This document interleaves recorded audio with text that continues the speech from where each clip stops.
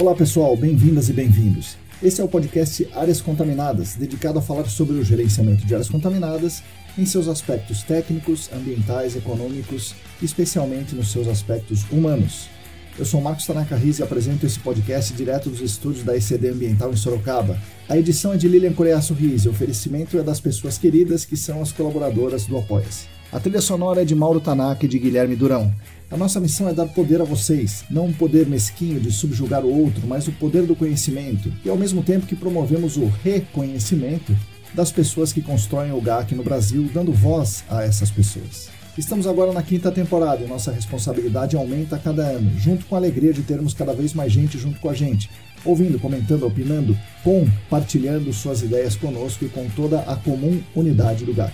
Aqui no podcast queremos esperançar, como diz um grande professor brasileiro. Esperançar é se levantar, esperançar é ir atrás, esperançar é construir, esperançar é não desistir, esperançar é levar adiante, esperançar é juntar-se com os outros para fazer de outro modo. Junto com vocês vamos tentar adiar o fim do mundo e construir um mundo melhor e mais justo. Junto com vocês vamos esperançar o GAC. Venha conosco. Está no ar o podcast Áreas Contaminadas.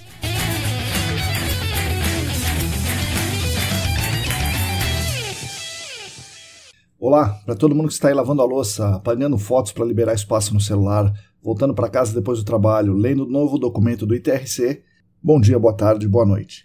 Eu sou Marcos Tanaka Riz e esse é o episódio número 178 do podcast Áreas Contaminadas. O podcast é editado com muito carinho por Lilian Coreaço Riz e é oferecido para todas e todos vocês pelas colaboradoras e pelos colaboradores financeiros do Apoia-se.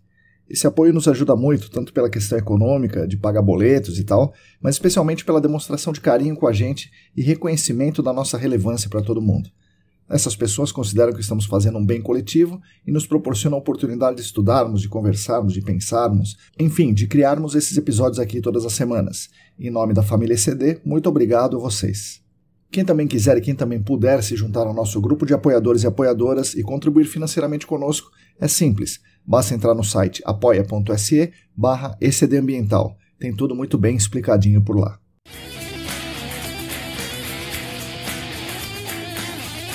O podcast Áreas Contaminadas conta com 4 empresas patrocinadoras que nos dão uma belíssima ajuda e nos enchem de orgulho por serem empresas muito reconhecidas e muito renomadas no mercado do GAC, querendo unir as suas marcas ao nosso trabalho, mostrando que estamos aqui no caminho certo.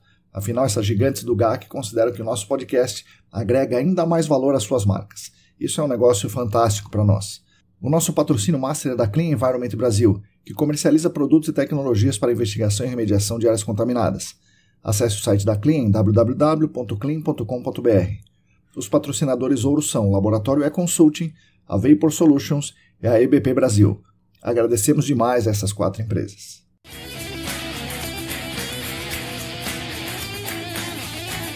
Anuncio que ainda estão abertas, e somente até o final desse mês aqui de fevereiro, as inscrições para o processo seletivo do curso de pós-graduação em remediação de áreas contaminadas do SENAC. Tem duração de 1 ano, com aulas online às terças ou às quintas à noite, e aulas mais ou menos 60% a 70% presenciais e o restante online aos sábados o dia inteiro. O curso é focado em remediação. Quem tem interesse nesse tema, consulte o site do SENAC, sp.senac.br. Procure lá pós-graduação, procure área de meio ambiente, remediação de áreas contaminadas e venha estudar conosco agora em 2024. E também falando em cursos, a parceria SENAC-AESAS está com inscrições abertas para alguns cursos em fevereiro e março. Agora no final de fevereiro haverá um curso muito legal, muito especial para nós. Um curso de sondagem e amostragem de solo e instalação de postos de monitoramento. Teremos 8 horas de aula online e 16 horas de aulas presenciais e práticas no Centro Universitário SENAC. Nessas aulas presenciais, eu, Newton Miyashiro, Fernando Ferraz e Larissa Macedo mostraremos alguns detalhes e metodologias aí de sondagem, de amostragem de solo, de varredura em campo, de descrição do solo, instalações de poços, de acordo com a norma 15495 e muitas outras pequenas coisas ali. Inscrições só até mais uma semana, só mais até o final da semana que vem. Tá? Inscrições e informações no site da AESAS, aesas.com.br.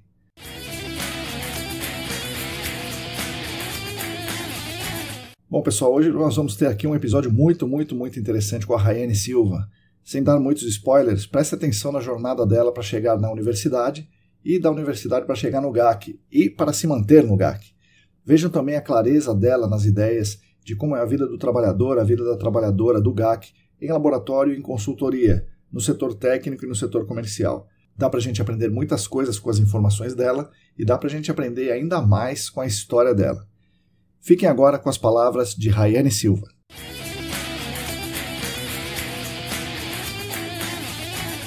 Oi pessoal, bom dia, boa tarde, boa noite. Hoje eu estou aqui com mais uma convidada ilustre, a Raiane Silva. Raiane, bom dia, boa tarde, boa noite, bem-vinda ao podcast. Oi, Tanaka, bom dia, boa tarde, boa noite aí para os ouvintes. Prazer estar aqui, né, depois de ter escutado tantos episódios. E obrigada pelo convite. Que é isso, obrigado por ter aceitado. Raiane, queria começar com uma pergunta pouco usual aqui para você. Qual é o melhor carnaval do Brasil? Olha, esse ano agora eu vou conhecer um novo. Mas dos que eu conheço, acho que Rio de Janeiro, né? Legal. É o meu favorito por enquanto, mas esse ano eu vou para Olinda. Ah, que legal. Vai ser um carnaval novo. Legal. A gente sabe que você é uma entusiasta do carnaval, então eu ia falar com uma pessoa que entende aí. Eu toquei já, cheguei a tocar no carnaval uma época. Caramba. Hoje eu tô mais como foliã mesmo. Ah, legal. Bom, Raiane, vamos contar um pouco da sua história lá para trás. Onde cresceu a pequena Raiane, o que ela gostava de fazer e tal, e que caminhos te levaram para fazer uma graduação, uma universidade e fazer o curso de Química? O que foi que aconteceu nesse trajeto? Eu sou alagoana, apesar aí de não ter nenhum sotaque, né? Mas nasci bem no sertão alagoano, ali perto dos cânions de São Francisco. Ali na minha primeira infância, quando eu era mais bebezinha, morei em Maceió, mas depois voltei para essa região do sertão até uns 5 anos, mais ou menos. E aí a minha mãe e o meu padrasto receberam aí uma proposta de trabalho em Piracicaba e a gente veio morar em Piracicaba. E foi em Piracicaba que eu perdi todo o meu sotaque, porque eu fui alfabetizada lá, eu falava verde, a professora falava, não, é verde. Então eu perdi aí todo o meu sotaque nessa época. Morei lá em Piracicaba até os 8, 9 anos por aí, e foi quando eu vim para São Paulo, e moro aqui desde então. Então fui morar ali na Zona Leste, quando a gente veio para São Paulo, ali do lado da USP Leste, uma área super contaminada, de conhecimento aí de todos. E morei a vida toda lá, cresci lá, até quando cheguei ali na fase do ensino médio, eu não pensava em fazer faculdade, na verdade. Ninguém da minha família tinha feito faculdade, então não tinha essa pressão por parte deles, não tinha nem expectativa, na verdade, de que eu fizesse faculdade. Então, eu só estava ali vivendo a vida, estudando, sem me preocupar muito com isso. E aí, no terceiro ano, eu terminei um namoro e estava meio triste. E aí eu falei, não vou ficar triste, vou fazer um curso no Senai. E aí eu me inscrevi num técnico têxtil no Senai, achando que eu estava indo fazer um curso de costura. E, na verdade, eu tinha me inscrito no técnico têxtil, fiz a prova, passei. Quando eu cheguei lá, cadê a máquina de costura? Fui aprender a fazer fio, fui aprender a fazer tecido do zero. E aí, lá no técnico têxtil, eu tive muita aula de química. E foi quando eu realmente comecei a gostar de química, porque até então, na escola eu tinha estudado em escola pública e eu tive um ensino bem defasado. Então, durante, acho que o segundo ano inteiro, eu quase não tive aula de química. O professor sempre faltava, tinha um professor substituto. Então, só no técnico mesmo que eu comecei a gostar de química. Só que isso ali faltando 6 meses para me formar. Mas durante esse ano, eu tinha uma professora de matemática que ela ficou ali no nosso pé o ano inteiro, falando, olha, vamos prestar vestibular. E ela estava ali tentando fazer os alunos prestarem vestibular. Quando chegou perto do final do ano ali, eu tinha ido meio mal em matemática, faltavam 2 pontos para mim. E ela falou assim, olha, eu vou dar 1 ponto na média para cada feira das profissões que vocês visitarem nas faculdades. Falei, bom, eu preciso de 2 pontos e eu vou em 2 feiras. Me inscrevi para ir na feira da USP e na feira do Mackenzie. Quando eu pisei na faculdade a primeira vez, foi quando virou a chavinha, sabe? Eu falei, nossa, eu quero fazer parte disso. Quero pertencer a esse espaço também. Sim, caramba. Já fiquei encantada, né, com a feira da USP. Depois veio a feira do Mackenzie. Consegui meus 2 pontos ali e falei, vou prestar vestibular. Mas aí vou prestar vestibular de quê? De química, que era o que eu estava fazendo ali o curso técnico, eu estava gostando. E o meu professor, como todo entusiasta da área, falava, não, é uma área muito boa, tá faltando profissionais. E aí me inscrevi, só fiz FUVEST e o vestibular do Mackenzie. Mas eu já sabia que assim, eu não tinha estudado o suficiente para passar na FUVEST e que a minha família não tinha condições de pagar a mensalidade do Mackenzie. Mas eu falei, bom, eu vou fazer os vestibulares, depois, se eu passar, aí eu descubro o que eu faço. Então, não passei na FUVEST, como já era de se esperar, e passei no Mackenzie. Na hora que eu passei no Mackenzie, a minha família ficou assim, em êxtase, né? Porque ninguém esperava, eu era a primeira pessoa da família a entrar na universidade, então todo mundo ficou muito empolgado com aquilo. Caramba, rapaz! E a gente começou a pensar em possibilidades de como eu poderia cursar a universidade lá. Então, primeiro a gente fez ali um grande rateio para pagar a matrícula, porque eu precisava pagar a matrícula para garantir a vaga, enquanto a gente via as outras possibilidades. Então, conversei sobre bolsa na faculdade, eles falaram, olha, esse semestre a gente não abriu bolsa para calouro, só tem bolsa para veterano. Você pode tentar de novo no semestre que vem. E aí, a minha tia, que na época trabalhava no Banco do Brasil, falou assim, olha, faz FIES esse semestre, e aí no semestre que vem, se você conseguir a bolsa, você cancela o FIES. Então, o FIES foi o que me permitiu ali ingressar na faculdade nesse primeiro momento. Então, nesse primeiro semestre eu fiz FIES, quando foi no segundo, lá é semestral, né? Então, eu já era considerada veterana, abriu de novo bolsa para veteranos, e aí eu consegui uma bolsa de 100% e fui até o final da graduação com bolsa. Então, esse foi meu caminho aí de ingresso na universidade. Nossa.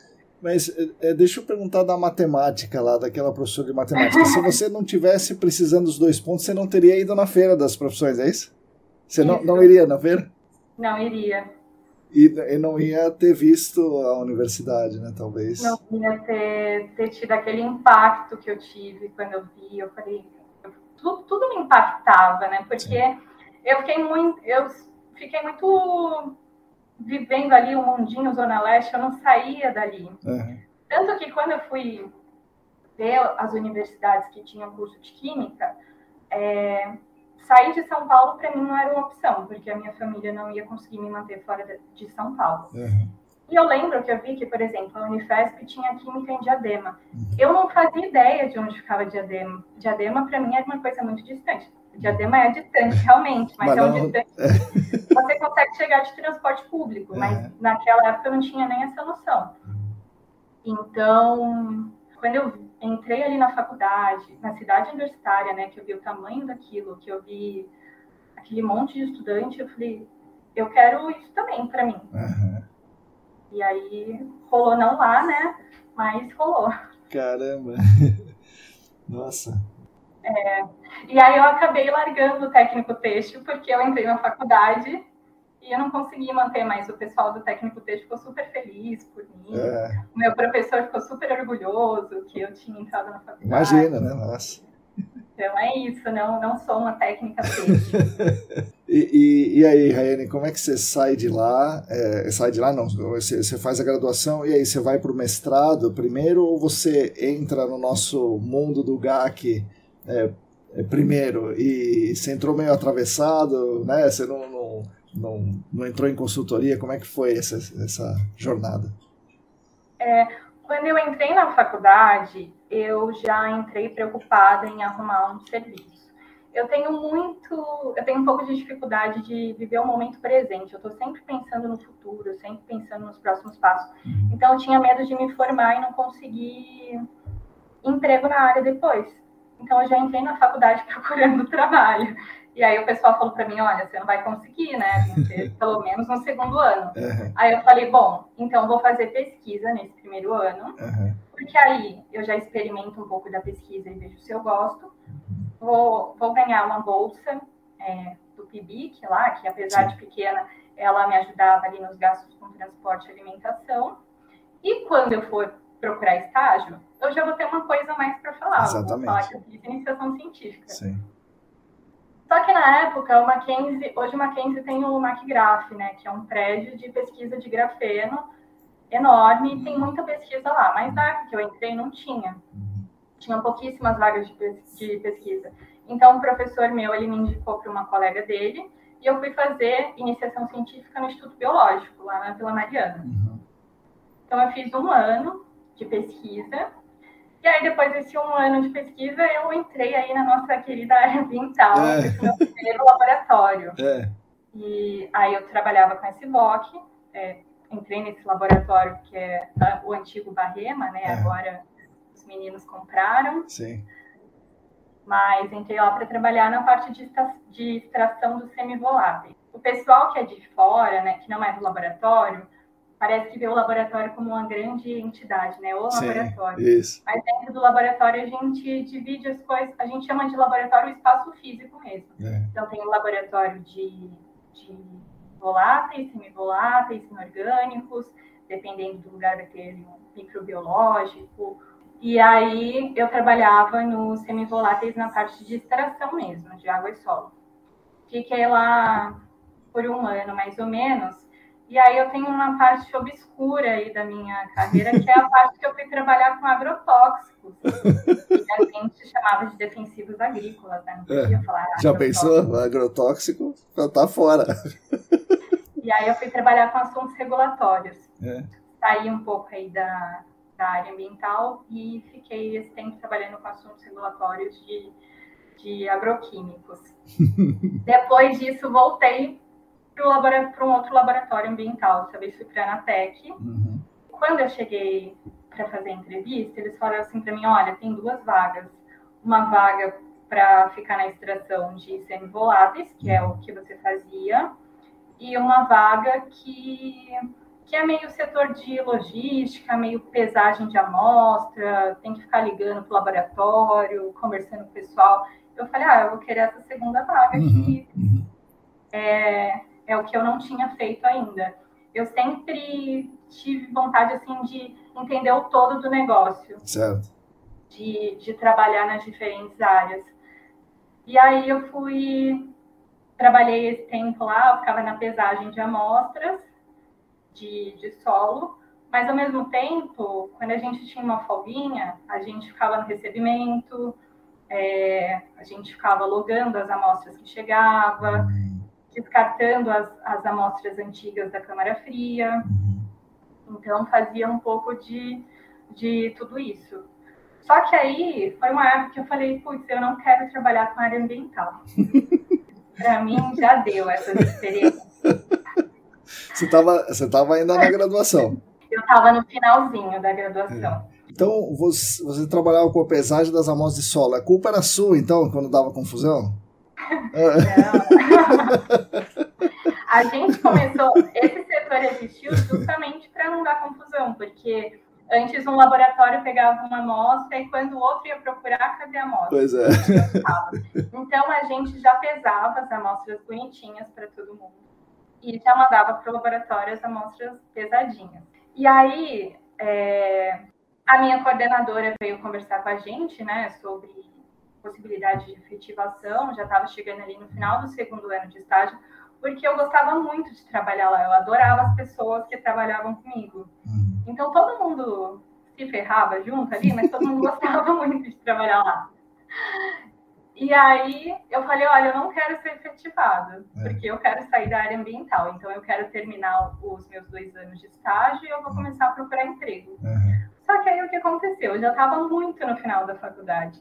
E aí, as empresas não queriam me contratar porque eu não tinha muito tempo para fazer estágio. A maioria das empresas queria que fizesse 2 anos de estágio.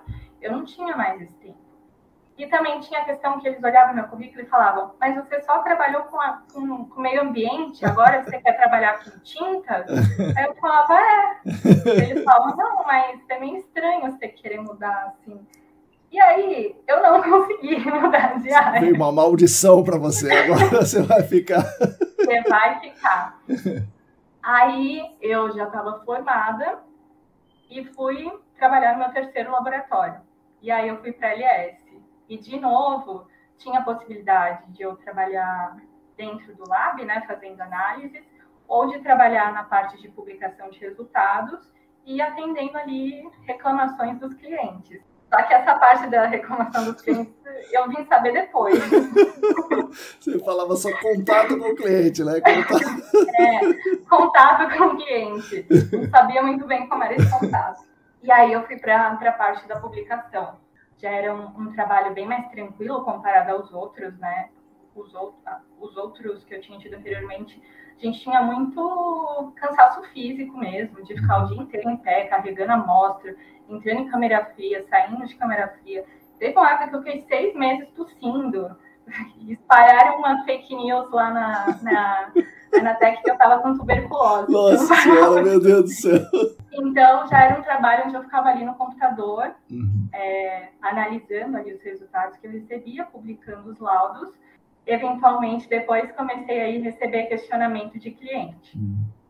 Então, a gente fazia esse intermédio, né? Porque eu recebia o questionamento do cliente, mas não era eu que respondia. Então, eu tinha que questionar o laboratório. Falar, olha, o cliente está falando que esse resultado aqui está errado. Tem como reanalisar essa amostra? E aí, eu fazia meio que um intermédio ali entre cliente e laboratório. Certo. Basicamente, nessa época foi isso. E aí você ia traduzindo, né? Você falava, o cliente falava em clientês com você falava em quimiquês com o cara do laboratório e trazia de volta. Tinha um lance assim, a gente tinha clientes consultoria e clientes que não era consultoria. E aí, a orientação que eu recebia era, você não pode falar nada para o cliente. Quem tem que falar é a consultoria, você não precisa saber disso. Aí eu pensava assim, nossa, esse pessoal de consultoria, eles devem ser muito inteligentes, porque eu não preciso saber de nada, eles precisam saber de tudo. Porque eles falam que não responde isso, que é a consultoria que tem que responder. Isso mesmo. Aí eu falei assim, nossa... Quero ir nesses caras aí, porque eles são sabidos pra caramba. Eu tava com medo, eu falei, eu não sei se eu sou capaz disso, porque eles têm que saber tudo que eu não tenho que saber. Então, às vezes, tinha um cliente que, toda a campanha dele dava trialometano no branco. E eu sabia que era porque ele estava usando a água errada. Mas eu não podia falar. Quem tinha que falar era a consultoria. E eu não sei se a consultoria sabia também, mas aí eu falava, não fala nada para o cliente. E aí eu fazia meio que esse intermédio. Então, a gente tinha clientes que era consultoria que sabiam muito bem do que eles estavam falando. E a gente tinha clientes totalmente leigos também, que não faziam muita ideia. E aí a gente tinha que achar um meio termo ali para dar uma resposta que satisfizesse ali tanto a pessoa mais experiente quanto essa pessoa que não tinha tanta experiência em entender questionamento. E aí só que, assim, nessa época, nessa época eu comecei a querer sair do laboratório por uma outra questão, que era a questão financeira. Eu falei, o laboratório, infelizmente, remunera muito mal. A gente, às vezes eu vejo um pessoal falando no episódio de, mas tem geólogo, engenheiro sendo contratado como analista. Sim. No laboratório tem químico sendo contratado como auxiliar, como assistente. Eu entrei lá como assistente na época. Tinha gente com mestrado entrando como auxiliar. E aí, eu já queria sair de casa, nessa época eu ainda morava com a minha família, eu falava, gente, com esse salário é impossível sair de casa. Sim. Foi quando eu fiz a minha primeira pós, que foi de gestão de projetos. Eu falei, eu vou tentar sair de novo. E aí, fiz a pós de gestão de projetos, pensando em sair da área ambiental mais uma vez. Bom, se eu tô aqui é porque eu não consegui, né? Então, exatamente. E aí, essa época foi bem a época que começou a pandemia também. E engraçado que eu ia sair de férias bem na semana que tudo fechou. E aí eu pensei, putz, bem na minha semana de férias, tudo vai fechar. E aí daqui a pouco vai abrir tudo de novo. E eu perdi minhas férias. Mal sabia, gente, Isso a gente que ia demorar muito para... Muito. Mas eu tava achando ali que ia ser coisa rápida. Depois, logo caí na real de que não ia ser rápido. Mas aí foi a época que eu acabei saindo do laboratório também nessa época. E aí, um dia, conversando com o Roberto, eu falei assim, putz, eu não quero mais trabalhar em laboratório, sabe? Não tô feliz, não estava conseguindo também coisas em projetos. E ele falou para mim, já pensou em trabalhar no GAC? E aí eu nunca tinha ouvido falar em GAC, porque apesar de ter contato com as consultorias, eu não entendia ali muito bem o trabalho que as consultorias faziam. E aí foi o primeiro contato que eu tive com o GAC, foi através dele. Como é que você conhecia ele? Do laboratório, não, né? Não, da vida. A gente tinha amigos em comum, e aí ele já trabalhava no GAC e falou assim, já pensou em trabalhar com GAC? E aí... E tem bastante sentido o químico trabalhar na consultoria, né? Sim, e foi quando a primeira vez eu comecei a pensar na possibilidade. E aí foi um caminho longo, né, até conseguir uma vaga, porque, todas as vagas que eu via no GAC eram para geólogos, engenheiros ambientais, e eu não achava nada para química. E aí, na época, algumas consultorias estavam começando ali a ter áreas de QAQC, né, de ter algo mais voltado para o laboratório, mas quando eu conheci ali o GAC no primeiro olhar, eu falei, eu quero trabalhar com remediação. Foi o que brilhou aos meus olhos ali no primeiro momento. Hoje eu acho investigação mais legal. Mas... Muito bom. Fui doutrinada na pós. Mas ali num primeiro momento, eu falei, bom, eu quero trabalhar com remediação. Se eu for trabalhar no QAQC, eu já tenho experiência em laboratório. Eu vou ficar presa nisso e eu não vou conseguir fazer outras coisas. Então, eu cheguei até a fazer entrevista para uma área de QAQC, mas porque eu estava sem trabalhar na época, mas não era o que eu queria fazer. Eu queria, de qualquer forma, me distanciar do laboratório. Eu acho que eu fiquei 1 ano, mais ou menos, nessa procura de trabalho no GAC, até que eu vi a vaga da N2, que eu acho que foi até você que postou no grupo lá do Telegram. Provavelmente sim. E aí era uma vaga para comercial, que dentro do laboratório era uma coisa que eu não tinha feito ainda, né? E eu falei, pode ser uma porta de entrada. E aí o Fábio e a Fê marcaram uma entrevista comigo, e aí eu fui muito sincera com eles naquele primeiro momento. Eu falei, olha, eu quero mesmo trabalhar na parte técnica, mas eu trabalharia no comercial por um tempo. E eles falaram, não, ótimo, porque a gente quer alguém para cobrir uma licença maternidade. Então, você fica no comercial enquanto tem esse período de licença, e quando a funcionária voltar de licença maternidade, a gente faz a sua transição para a área técnica. Falei, perfeito. Vou aprender uma coisa nova, que é a parte do comercial, e depois vou para a área técnica. Onde você morava nesse momento? Nesse momento, eu já tinha me mudado para o centro. Porque o que eu fiz nesse... Senão era longe, né? Longe pra caramba, seria longe, né? Do leste pro oeste, né? Eu sempre fui muito de trabalhos manuais, então nessa época que eu fiquei desempregada, eu montei meio que um negócio de velas aromáticas e outras coisas, e estava indo até que bem esse negócio, e aí eu consegui, olha que coisa, eu consegui sair de casa vendendo vela. E não no laboratório. Sair no laboratório. Olha, caramba. Laboratórios, melhorem o salário. E aí fui trabalhar lá na M2, conheci a Dai, Dai já me acolheu ali no primeiro momento. E nessa época eu já estava no mestrado também, tinha entrado. Porque aí o que aconteceu? Eu queria mudar para o GAC, mas eu não tinha pô, apesar de estar conseguindo me manter, eu não estava sobrando dinheiro para fazer uma pós.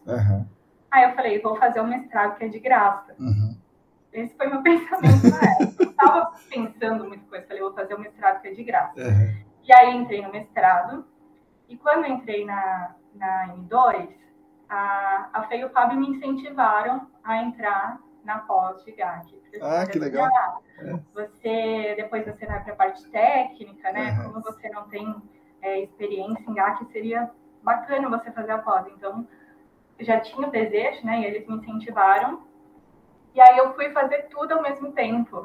Eu estava no mestrado, na pós de GAC, de sábado, e trabalhando durante a semana. Uma fase terrível aí da minha vida. Terrível não, porque o sábado era divertido pra caramba, pô. E aí eu fui para a área comercial, mas eu fazia um pouco de tudo lá. Então eu ia fazer vistas na CETESB, conheci todas as CETESBs aqui de São Paulo, fazia alguns relatórios mais simples também, ajudava a Dai, que era a analista, com algumas demandas. Então, eu não ficava focada ali só no comercial, eu fazia um pouco de tudo, até porque ia ter essa transição depois. E aí, na época que acabou a licença maternidade, que a menina voltou, que eu ia fazer essa transição, surgiu uma oportunidade de ir para uma outra empresa. Eu ia ganhar mais nessa outra empresa, eu ia ter mais flexibilidade em relação a trabalhar mais dias de casa. E aí eu falei, putz, acho que eu vou. Só que eu, ao mesmo tempo, eu fiquei com medo, porque eu falei, se eu aceitar mais uma experiência no comercial, talvez eu não consiga migrar para a área técnica depois. Sim. Porque aí eu... E ali já estava engatilhado o técnico, já ia começar, né? Falei, já é difícil um químico entrar nessa área. Eu vou ter 2 experiências em comercial e não vou ter experiência no técnico. Mas na hora eu segurei na mão de Deus e fui. Falei, não, depois eu vejo se eu não me adaptar e eu vejo o que eu faço.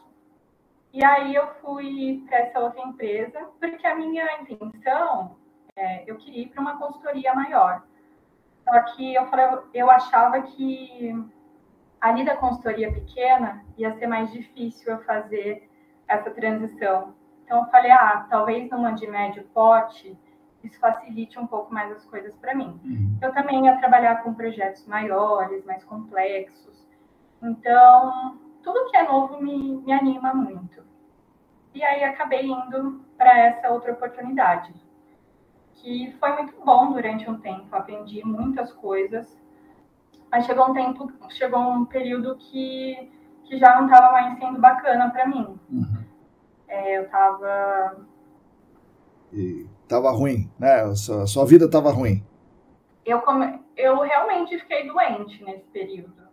Eu acordava de madrugada tendo crises de pânico, achando que eu não ia dar conta de trabalho. Porque a gente tinha metas, né, a cumprir, e tinha uma certa pressão para a gente cumprir essas metas. Então, e eu não sou uma pessoa...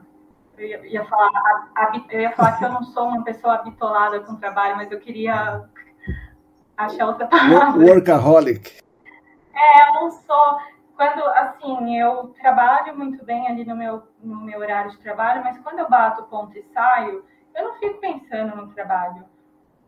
Eu posso estar com prazos apertados, eu posso estar com bastante demanda, mas eu vou pensar nisso no dia seguinte, vou dormir ali minha cabeça no travesseiro tranquila. E foi uma época da minha vida onde isso não existia. Eu estava o tempo todo pensando em trabalho, o tempo todo pensando em como que eu ia conseguir vender aquilo, como que eu ia conseguir bater as metas. E eu acordava de madrugada tendo crise de pânico pensando nisso. E aí eu falei, putz, não está sendo legal isso. Só que ao mesmo tempo, eu sabia que fazer uma transição para o técnico nessa empresa naquele momento não era possível. Então eu comecei a procurar oportunidades fora dali. Fiz vários amigos no GAC, né? Então estava todo mundo meio que sob aviso ali que eu estava querendo sair. E aí uma amiga acabou me mandando uma vaga que é a vaga onde eu estou hoje. Era uma vaga para a área técnica. Eu falei, bom, agora é a hora, né? Sim, com certeza. Já conheci um pouco do comercial, então agora eu vou para a área técnica. E aí é onde eu estou hoje. Hoje eu estou na área técnica, trabalhando com remediação, que era o que eu queria lá atrás, quando eu vi o GAC pela primeira vez. Mas me fala uma coisa primeiro do comercial. O que é uma meta num comercial? Porque eu imagino o seguinte, uma empresa que venda coisas, venda garrafa d'água, por exemplo. Você tem uma meta de vender 10 garrafas d'água, beleza. Mas no nosso negócio, o que seria uma meta de um... Bom, primeiro, o que o comercial de uma empresa de consultoria faz? Ele procura clientes ou ele atende os clientes que já tem? Ele bola estratégias de, sei lá, de internet ou de anúncio? O que faz o comercial e o que são metas dentro de um comercial de uma consultoria? É um negócio difícil de eu compreender. Eu tive duas experiências bem diferentes de comercial, né? Na minha primeira experiência, a gente já tinha meio que uns clientes fixos. Então, quando a demanda surgia, ou, por exemplo, um projeto de monitoramento, se a gente não tivesse vendido tudo ali, o cliente vai falar, não, daqui a 6 meses eu fecho o próximo. Então, a gente já tinha meio que programado e ia só mandando as propostas. E aí, em outro momento, a gente já era uma equipe bem maior e bem mais estruturada. Então, tinha ali a equipe que ia atrás das oportunidades e eu trabalhava, a parte que eu trabalhava, eu só recebia o contato dos clientes. Então, ou eu recebia ali um escopo pronto já para montar uma proposta, ou a gente montava ali um escopo do zero e depois validava ali com alguém da equipe técnica e com a minha gestora. E uma meta era meta de valores mesmo. A gente tinha uma meta anual de vendas. Então, a gente dividia esse valor anual pelos meses. Certo. Para ficar meio equilibrado, né? Certo. Então, ali a cada mês, a gente sabia que a gente tinha que vender tantos milhões. Certo. E vender vender o projeto. Não importa do que seja, nem aonde. Nem todos, nessa consultoria maior, nem todos os projetos eram de GAC, por exemplo. A gente tinha outros projetos que não eram especificamente de GAC, mas era de meio ambiente. Que loucura. Eu acho curioso e interessante que a própria empresa estabelece sua própria meta, né? Então, alguém dentro da empresa fala assim, olha, a nossa meta é 1 milhão, a nossa meta é 10 milhões. E aí, você é cobrado pela meta que você mesmo fez e a ponto de você ficar, assim, angustiada e não cumprir a meta que você mesma fez. É maluco isso também, né? É que não era eu que fazia a meta, né? Eu recebia essa meta de cima. Quem define a meta são os grandões. A gente só tem que bater as metas. É isso aí. Interessante sem questionar, né? Nós estamos aqui embaixo, né? O cara passa uma meta pra gente, seja qual for, comercial ou qualquer outra, você tem que escrever 10 podcasts. Pô, né? Tem que fazer esses 10 podcasts. E a gente nem fala, por que 10 e não 8, nem 5, né? Eu não sei muito assim o que era levado em consideração para definir esses valores. Porque tem vários fatores que influenciam, né? Se você tem uma meta muito audaciosa, mas você não tem uma equipe muito grande, você não vai ter braço para fazer tudo aquilo. Sim. São vários fatores aí, não, né? Com certeza. Só a alta chefia aí que sabe os pormenores. E é interessante também porque o nosso negócio é meio diferente do resto, né? Então você tem um negócio que você começa agora, você vai fechar daqui a 3 anos, né? Poxa, é estranho, mas enfim. Tem projetos gigantes. Uma vez eu recebi uma proposta que era um projeto que a estimativa era durar 6 anos. Então, eu pensei, meu Deus, como que... Pois como é que eu vou pensar, né? Estimar daqui a 6 anos, tanta coisa muda, né? De tecnologia, de tudo. Sim. Bom, agora vamos na remediação. primeiro o brilho nos olhos foi da remediação. Daí você fez a pós no GAC e os caras vão falando umas coisas lá para você e você fala, pô, investigação pode ser legal também. Mas daí você cai na remediação. Você está gostando da remediação? E como é que são os projetos de remediação? Você tem usado a química ou são processos e sistemas que não usam tanto a química? São processos e sistemas que não usam muito a química. É engraçado, né? Quando eu saí acho que todo mundo que sai da pós sente um pouco isso. E trabalhando com remediação sendo química, eu sinto um pouco disso também, que é sentir que o seu conhecimento está sendo usado para nada. O negócio está na prateleira, põe lá e seja o que Deus quiser. Porque na pós a gente sente um pouco isso, né? O pessoal fala muito, né? O Senac ensina o mundo ideal. Isso não existe fora do Senac. Você deve ter ouvido isso. Com certeza. Então, quando a gente chega no nosso trabalho falando, olha, eu aprendi isso no Senac, as pessoas já te olham na pessoa. Lá veio mais uma. Lá vem. Hoje eu trabalho basicamente com sistemas e é isso. Eu não uso muito a química. Está ali guardado para um outro momento. Não, mas a remediação precisa bastante da química, né? Então, isso vai ser usado. Um pouco mais, um pouco menos, vai ser usado. Em algum momento, estou aguardando aí, ansiosa. E me fala como foi a sua vida na universidade, porque era, como você falou, diferente, né? Diferente para sua família, diferente para você. E como é que foi aquela início, né, eufórico? Como é que foi isso com a sua convivência? Você tinha que viajar, né, de longe para chegar no Mackenzie, né? Tem o transporte público ali, mas é uma caminhada, né? O que você fazia nesse trajeto? Você ficava pensando no futuro ou você curtiu ali a passagem pela universidade? Não, mas hoje em dia tem a estação, né, do Mackenzie, mas ela só ficou pronta depois que eu me formei. Quando eu estava lá não existia. Foi todo todo mundo novo para mim. Primeiro que eu tive uma fase meio religiosa da minha vida e eu tinha assim muitas coisas em que eu acreditava, que quando eu entrei na faculdade e que eu comecei a conviver com aquela diversidade de pessoas, aquilo tudo caiu por terra para mim, deixou de fazer sentido. E aí eu cheguei na minha igreja e comecei a questionar as coisas, e eu comecei a ser mal vista por estar questionando as coisas. Então, a primeira coisa foi que eu saí da igreja quando eu entrei na faculdade. Nossa Senhora, meu Deus! E aí tem meio que uma quebra de expectativas, né, quando você entra na química. Apesar do Mackenzie ser uma faculdade particular e de ter muitas pessoas muito bem de vida, quem escolhe química não é a galera bem de vida. Então, era uma galera já que também trabalhava, estava dando duro, tinha uma galera que trabalhava para pagar a mensalidade. Tem uma quebra de expectativa também, porque quando você entra, todo mundo entra achando que vai ser um CSI, que vai virar... isso aí. O químico entra na faculdade achando que vai ser um perito. Descobrir umas coisas, né?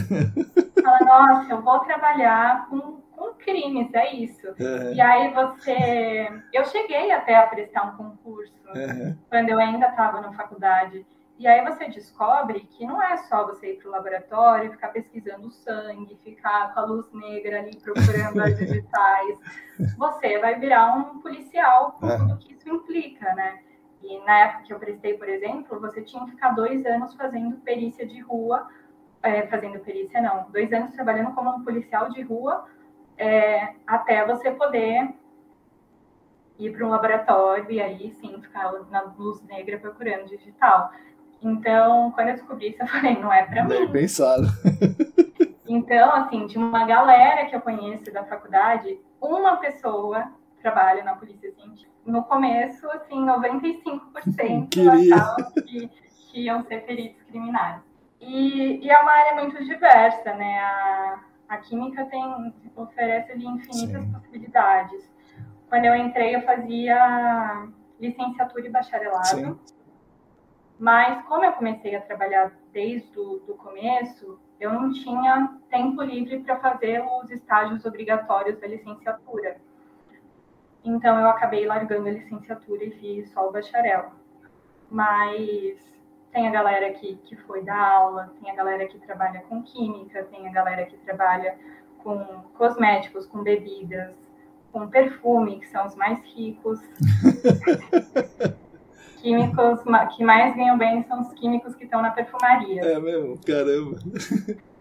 E é isso, e aí eu trabalho para todos eles agora. É isso aí. Você é uma mulher pequena, assim, né? Quem te conhece vê que você é uma pessoa pequena. E você, a sua voz também é desse jeito que todo mundo está ouvindo, assim. Você sofreu por causa disso, de aparentar ser mais jovem do que você realmente é, de você ser pequena, ou você sofreu mais com o machismo nosso de cada dia, Raiane? Não, eu acho assim que por ser pequena e por aparentar assim, ser mais frágil, não, mas já tiveram várias situações onde pessoas que tinham o mesmo cargo que eu, homens, né, que tinham o mesmo cargo que eu, ganhavam salários maiores que o meu.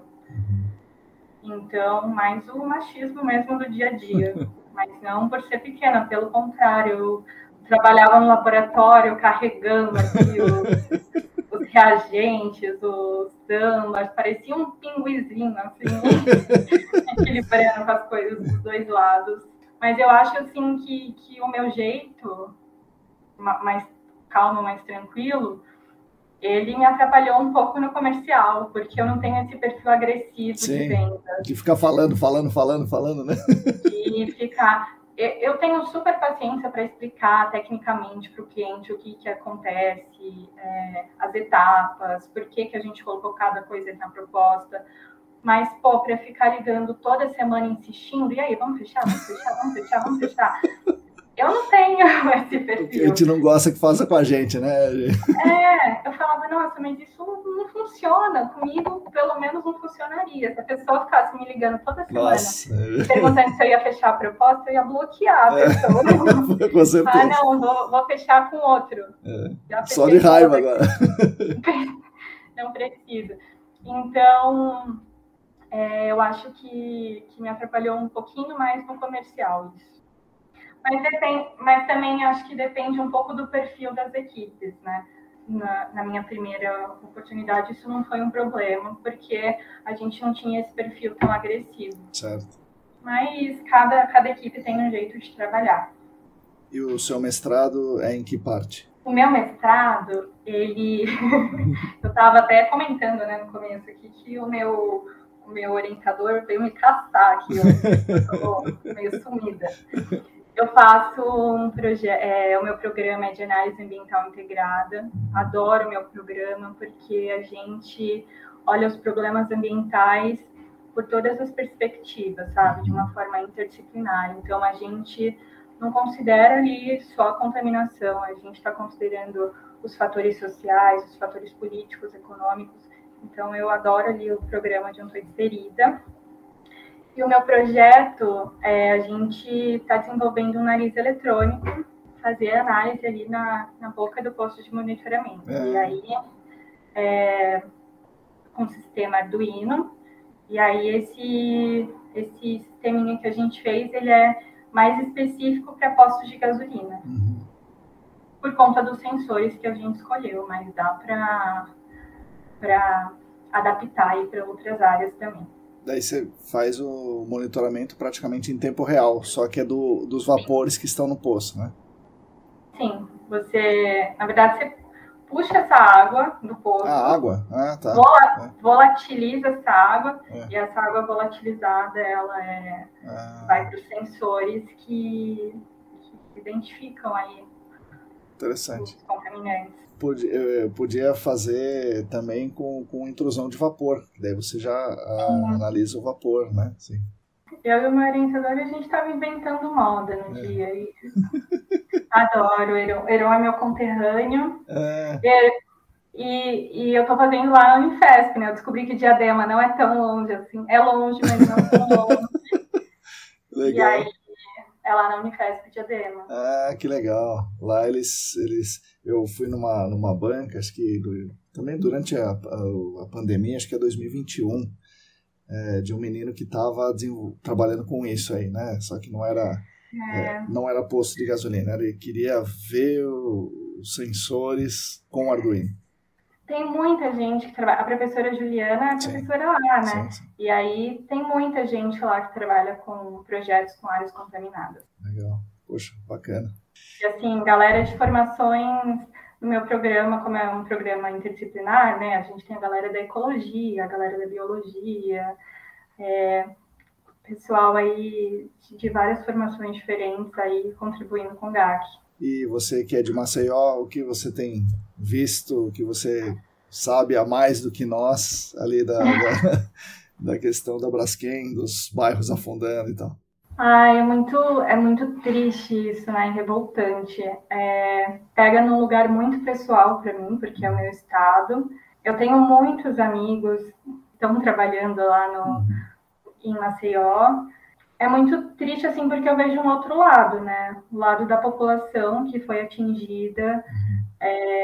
A gente teve uma especulação imobiliária gigantesca, porque a Braskem pagou algumas indenizações, né? E aí o mercado imobiliário achou que era um momento para ganhar dinheiro em cima disso. Então, o pessoal que morava naqueles bairros tiveram que ir para bairros mais pobres, e aí o pessoal dos bairros mais pobres não conseguiam mais pagar o aluguel que antes conseguia, tiveram que ocupar outras partes da cidade, né? E aí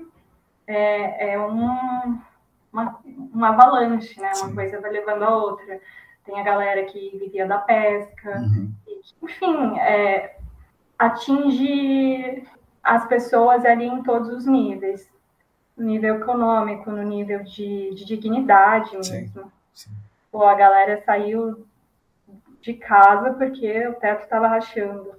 E tem áreas ainda que a galera sente tremor, mas que não foi desabitado ainda, porque não está em situação de risco.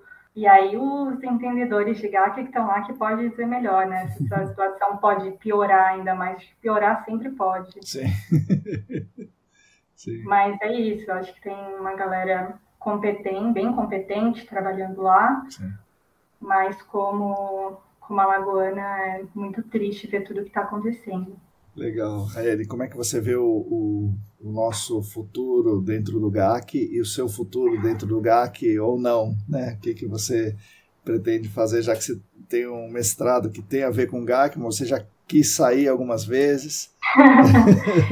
Tem a remediação. O negócio te puxa de volta, né? Que nem a maré, né? Vai te puxando. Como você vê o futuro seu e o do GAC?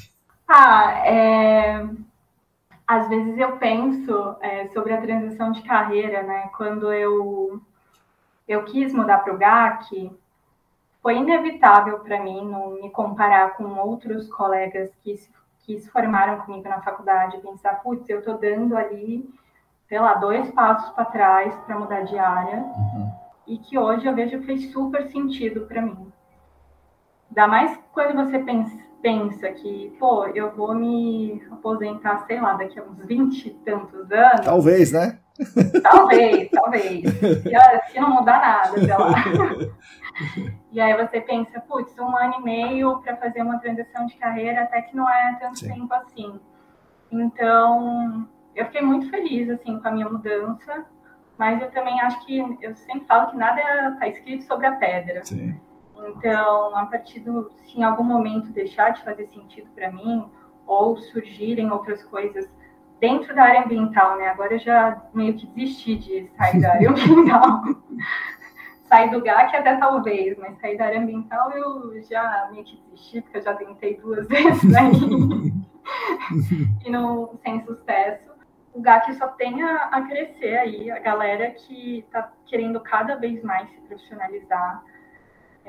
Uma galera muito boa, eu adoro a minha turma do GAC, saudades do pessoal, mas você vê gente que já é muito boa, mas que está querendo ali melhorar em outros aspectos. Eu acho que é uma área onde tá todo mundo sempre buscando ali evoluir. E o ideal seria que a gente conseguisse colocar mais em prática, né? Muitas das coisas que a gente vê e que muitas vezes a gente não consegue pôr. Talvez políticas públicas aí que obrigassem algumas coisas, pudessem ajudar a gente nesse sentido. Legal. Rayane, antes de eu fazer algumas outras perguntas, agora você pode fazer uma pergunta para mim. Fiz um monte de pergunta aqui. Pode fazer uma para mim se você quiser. Fácil. Eu vou te perguntar uma coisa que tem a ver com o laboratório, né? Já que esse aí é o meu lugar de fala. Eu acho que a gente até conversou sobre isso uma vez, mas às vezes conversando com o pessoal da pós, eu acho que surgem dúvidas nesse sentido. Para a amostragem de IVOC. Uma coisa que a galera sempre reclama é quando o laboratório fala que deu interferência de matriz. Eles falam, mas e agora? O que eu faço? Não tem o que fazer. Mas a gente sabe que assim, o ideal é a gente amostrar com o INCOR, mas a quantidade de alíquota que vem ali é suficiente para fazer uma amostra só. Consegue repetir a análise. Por outro lado, o VOC metanol, ele aumenta muito os LQs. Então, qual que é ali o caminho seguro e ideal que você sugere para a galera? É uma boa pergunta, né? Como você bem falou, seu lugar de fala é bem maior que o meu aí, né? Mas eu vou falar do lado de quem coleta a amostra, né? E assim, bom, primeiro o grande problema. Qual é o problema, nosso problema aqui? É que a gente coleta poucas amostras. Por quê?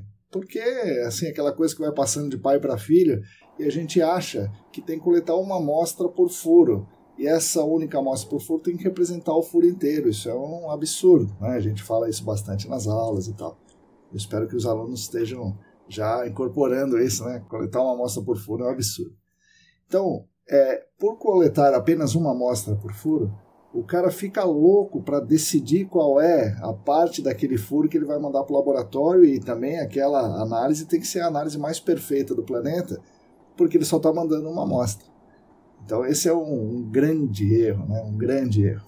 Bom, e aí a gente tem que, seja mandar uma, seja mandar várias amostras, a gente tem que ter um resultado que seja representativo do que a gente está mandando. Então, como é que a gente faz isso? O mais representativo de uma contaminação, para você quantificar a massa e tal, é coletar no metanol, preservar no metanol, né? Mas isso traz alguns problemas e tudo mais. Então, o que a gente pode recomendar? Coletar com VIOVOC muitas amostras, né? Numa investigação inicial, numa confirmatória, por exemplo, e da detalhada para frente, ou antes da remediação, que você precisa quantificar a massa, você usar o metanol.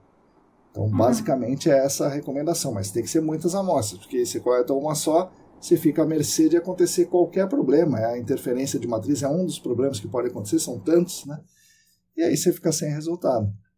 Mas uma recomendação que eu dou para os laboratórios, já falei com o meu amigo Rafael, né? Já falei também com a Fernanda, né? da CEMIC, o que eu queria fazer? Eu queria coletar a amostra de solo no VIO, sem nada, e mandar em 24 horas para o laboratório, e o laboratório põe metanol. Porque é muito melhor ele pôr o metanol lá do que eu ficar manipulando o metanol no campo e tal. Então ele colocaria o metanol, deixaria lá um tempo, sei lá, 48 horas, 7 dias, sei lá quanto, no metanol, para fazer todo o processo da extração. Então acho que isso seria o ideal. Isso facilitaria para nós, que a gente pode fazer a varredura com aquecimento, pode fazer um monte de coisa que não tem que ficar preservando a amostra no metanol. Então isso seria o melhor. Mas então, basicamente, para responder a sua pergunta, coletar muitas amostras, se você não sabe o que está acontecendo, com o VIOVOC ou com o INCOR, né, com frasco hermético, ou até preservado com água, né? Tudo isso tem que ver a validade da amostra, como é que vai fazer e tal. Mas, assim, o não metanol, né? Então, o não metanol é ou hermético ou preservado com água. Aliás, preservado com água eu acho até melhor, porque você já tem a água, né? Então, você meio que homogeneizou ali aquela amostra de solo, ao passo que no VioVox você vai tirar o solo dali. Enfim. E quando está contaminado mesmo para valer, aí o metanol é melhor. É isso. Então, e qual foi a resposta do pessoal sobre mandar a amostra no vial para eles encherem de metanol no laboratório? Falaram que é possível fazer, mas isso sai da rotina deles. Eles precisariam fazer uma rotina diferente ali, né? Todos aqueles processos e tal que você conhece muito bem dentro do laboratório. Então precisaria estabelecer uma rotina. Para estabelecer uma rotina diferente, não vão fazer só porque eu estou falando, claro. Eles vão fazer se tiver uma demanda por isso. E eu acho que essa demanda vai ser criada em algum momento aí. Porque no setor de pesagem, a gente recebia majoritariamente frascos de boca larga para pesar, né? Então a gente pesava a quantidade ali, 5 gramas dentro do vial e depois preenchia com o solvente. Então o Flash chegava lá com boca larga mesmo depois de 2015. Boca larga, mesmo depois de 2015. Pois é. Olha, eu já vi chegando até o liner inteiro. E aí, se você não seleciona a sua amostra, quem vai selecionar a sua amostra é um estagiário que tem outras 100 amostras ali para pesar. Então, e que não está preocupado com aquilo. De onde estiver mais fácil. Lógico. E até porque ele não entende o nosso serviço, né? Não entende a importância de onde escolher a amostra ali, nem sabe como escolher uma amostra. É um absurdo. Infelizmente, a maior parte do erro não está no laboratório, a maior parte do erro está no nosso lado aqui, na consultoria. Eu acho que existe um gap aí bem grande entre o laboratório e a consultoria. Aquilo que eu te falei de gostar de trabalhar em vários setores diferentes e ter uma visão inteira do negócio, é porque quando você consegue ver o todo, você consegue minimizar erro. Não que você esteja fazendo o seu trabalho de qualquer jeito, mas às vezes você não sabe que uma coisinha que você faz ali interfere lá na frente. E aí quando você conhece o processo, você tem mais ciência disso. E eu sinto um pouco de distanciamento disso da consultoria e do laboratório. Às vezes, igual esse caso que eu estava comentando, do cliente estar sempre com uma contaminação ali de trialometano branco, que é uma contaminação porque está usando uma água errada, mas não tem essa conversa ali entre o laboratório e a consultoria. O laboratório espera que a consultoria saiba tudo. Isso mesmo. E a consultoria fala, isso é coisa do laboratório, ele que tem que saber. E aí ninguém toma para si a responsabilidade. Rayane, você contou um caso fortuito que aconteceu com você, né? Você estava lá no Senai. Bom, primeiro que você foi para o Senai por um caso fortuito, né? Depois, lá no Senai, um caso fortuito te levou a ver as feiras das profissões e tal. O que fazer, o que você acha que tem que fazer para as pessoas como a Rayane, jovem lá, né? Não que você não seja mais jovem, a Rayane mais jovem lá do ensino médio, do técnico, ela saber que exista um outro mundo e que ela pode fazer parte disso, né? Que não é um mundo para os outros, que o mundo é dela também. O que você acha que pode melhorar a situação para essas moças aí do ensino médio? Eu acho que é um papel nosso, né? Que já chegamos lá de ir atrás desses jovens. Se não fosse a minha professora lá insistir para ir nas feiras e até fazer uma barganha ali, eu vou dar um ponto se você for na feira, e a galera não queria ir, mas foi porque precisava daquele ponto, mas a gente ir atrás desses jovens, né? Tentar diminuir ali a distância. Às vezes parece que é tudo muito distante, que aquilo tudo é muito inalcançável. E você só precisa, às vezes, saber do caminho. Sim. Quando eu conto essa história de quando eu entrei na universidade, as pessoas falam assim, mas você não tentou usar a nota do Enem? Para ser muito sincera, Tanaka, eu até quando fiz a inscrição da faculdade, eu não sabia como funcionava o sistema do Enem. Então, eu fiz o Enem, mas não usei minha nota para absolutamente nada. Eu não sabia como usar aquela nota. Então, acho que que a gente ia atrás desses jovens e da orientação e instruir. Eu estou trabalhando agora com 2 jovens aprendizes. Eu achei até engraçado, porque um deles nunca tinha visto um Excel. Ele nunca tinha visto nenhum aplicativo, não sabia nem como funcionava. E a gente está trabalhando, ele está aprendendo e está se desenvolvendo super bem.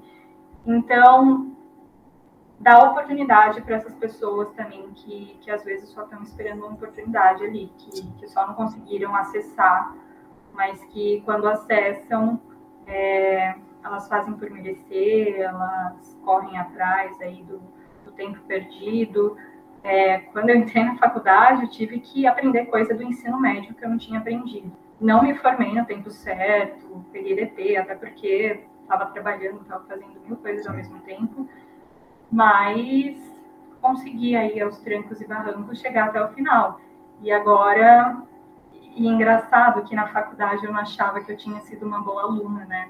E eu fiz a pós-gestão de projetos, falei, nossa, eu sou uma boa aluna. E aí eu falei, pô... E aí foi quando eu comecei a pensar na possibilidade de fazer mestrado, fazer outras coisas.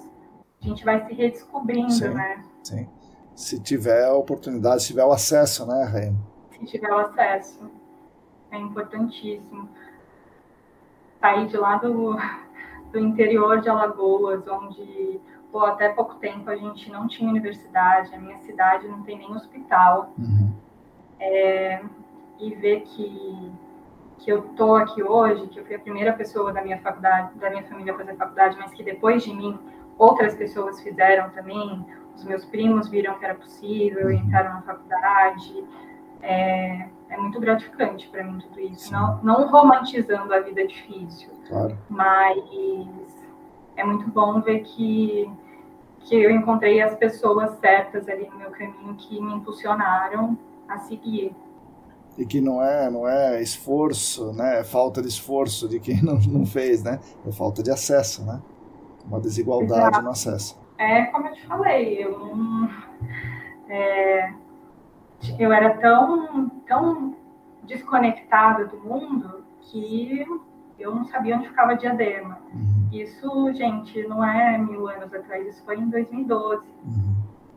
Tem uma história engraçada minha que eu não sabia que existiam roupas iguais até os 7 anos. Lá no sertão de Alagoas, eu morava numa cidade muito, muito humilde, né? Apesar da minha família nunca ter passado dificuldades, a gente não estava esbanjando dinheiro. Então, as minhas roupas eram sempre as roupas das minhas primas mais velhas, e a minha avó era costureira. Então, quando sobrava ali um pedacinho de pano, ela fazia uma roupa para mim. E aí, a primeira vez, quando eu já morava em Piracicaba, que eu vi uma outra criança com a roupa igual a minha, eu comecei a chorar na hora. Eu falei, mãe, ela tá com a minha roupa. Aí a minha mãe falou, não é a sua roupa. E aí a minha mãe entrou comigo numa loja e mostrou, e falou assim, olha, tem várias roupas iguais. Eu fiquei horrorizada com aquilo. Falei, como assim tem várias roupas iguais? Então, eu vivi em vários contextos onde eu estava vivendo uma vida ali meio que isolada da realidade. Né? Diferente, né? Assim. Então, tinham muitas coisas que eu nem sabia que existiam. E foi o que eu te falei, quando eu entrei na faculdade a primeira vez, que eu falei, nossa, quero fazer parte disso. Sim, você pode pertencer a isso. Ainda bem que você teve essa, né? Essa clareza também. Sim. Caramba. Bom, Raine, é isso aí. Poxa, agradeço muito a sua presença aqui, sua participação, sua fala. E agora, ao final, o podcast é seu, pode falar o que você quiser. Quero agradecer pelo carinho. Você foi uma das pessoas assim que desde o começo do GAC sempre foi muito querido comigo, né? Sempre acolheu aí as minhas dúvidas. Eu acho que eu só encontrei pessoas legais no meu caminho. Algum outro aí, né? Pra não dizer que foram 100% de pessoas legais. Tem um outro aí que não foi tão bacana assim, mas eu sinto que o GAC é uma área bastante colaborativa, sabe? Eu gosto muito de trabalhar dessa forma. Então, aos meus colegas, um abraço aí para os meus colegas da pós, que a gente está sempre ali trocando figurinhas no grupo. No grupo hoje, Sem Nós, né? Grupo paralelo sem o professor. No grupo informal. Hoje a gente estava falando dos certificados que finalmente saíram. Olha aí, muito bom. Até que foi rápido, pô. Só 6 meses aí. Mas agradecer assim, a todas as pessoas que passaram aí na minha trajetória, desde me mostrar o GAC, até me incentivar a fazer a pós, até me mandar uma vaga de emprego quando eu estava ficando maluca. Todas essas pessoas são bem especiais para mim. E um agradecimento aí para os ouvintes que ficaram até agora escutando. É isso aí, vão gostar com certeza. Obrigado, Rayane. Obrigada, Tanaka. Até.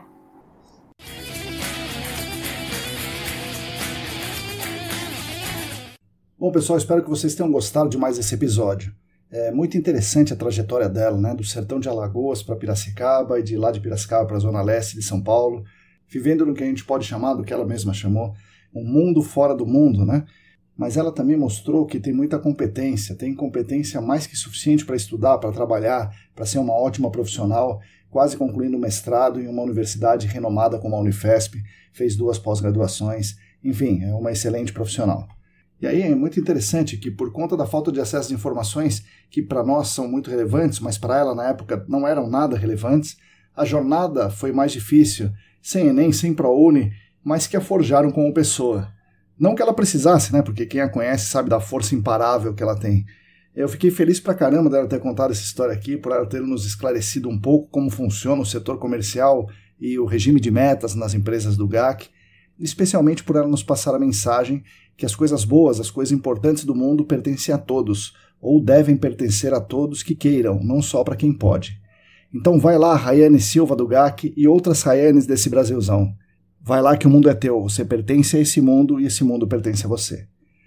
Agradeço novamente aos nossos patrocinadores, a Clean Environment Brasil, o Laboratório Consulting, a Vapor Solutions e a EBP Brasil, que proporcionam esses momentos de aprendizagem para nós. Agradeço demais aos nossos queridos e às nossas queridas apoiadores financeiros no Apoia-se. E claro, agradeço a vocês que nos acompanham, seguem, leem, sugerem, compartilham, enfim, que nos ouvem todas as semanas. Vocês são a razão de existência desse canal e dos outros que propomos e conduzimos aqui nos estúdios ECD. Continuem conosco no podcast, Spotify, YouTube e também nas redes, o Instagram. O nosso Instagram é @ECDambiental. O canal Áreas Contaminadas no Telegram, o meu LinkedIn, Marcos Tanaka Riz. Assine a nossa querida newsletter. Enfim, fiquem conosco.